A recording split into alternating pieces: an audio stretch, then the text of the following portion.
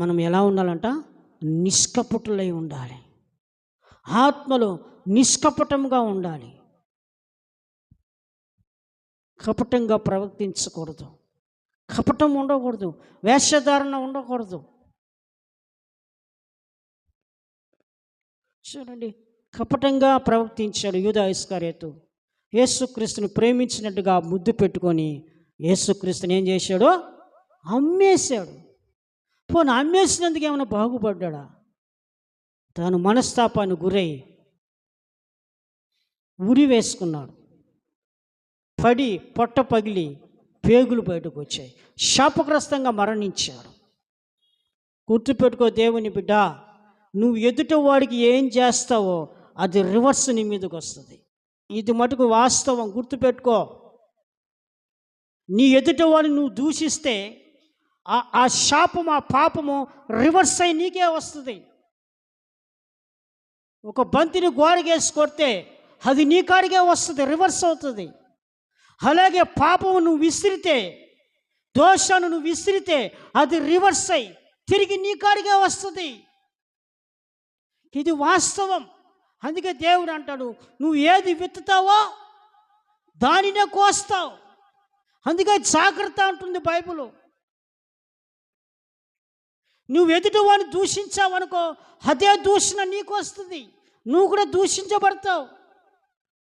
ఎదుటి వాడిని నువ్వు ఏడిపించావనుకో, ఆ శాపము తిరిగి నీ మీదకి వచ్చి నువ్వే ఒక రోజున ఏడుస్తావు. ఎదుటి వాడిని నువ్వు బాధ పెట్టావనుకో, ఆ శాపము తిరిగి నీ మీదకి వచ్చి నువ్వే బాధపడతావు.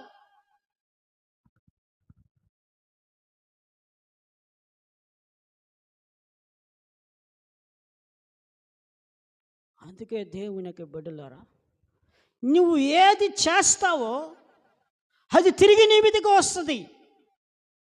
నువ్వు ఎదుటి మనిషి కీడు చేసావనుకో, ఆ కీడు నీకే కలుగుతుంది.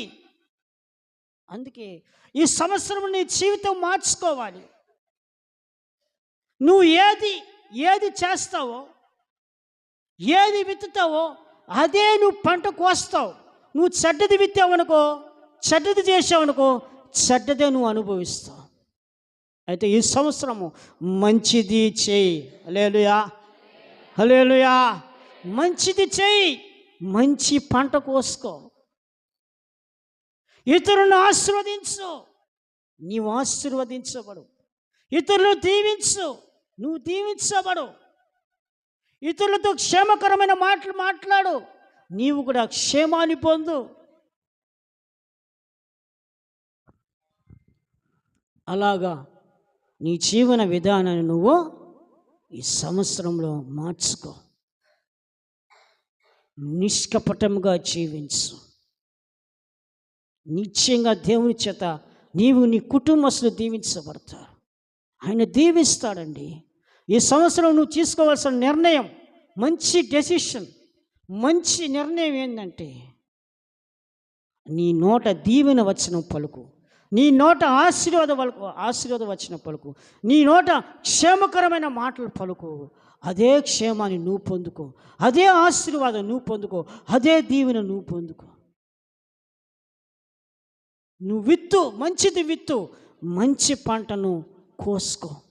సుఖముగా ఆశీర్వాదకరంగా జీవించు.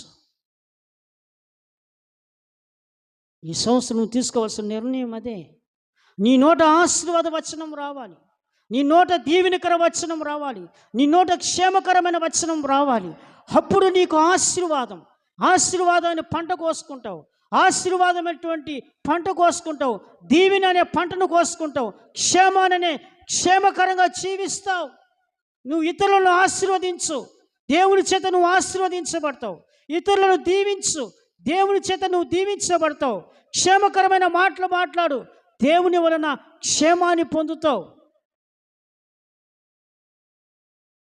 ఇది మనకు యేసయ్య నేర్పించాడు.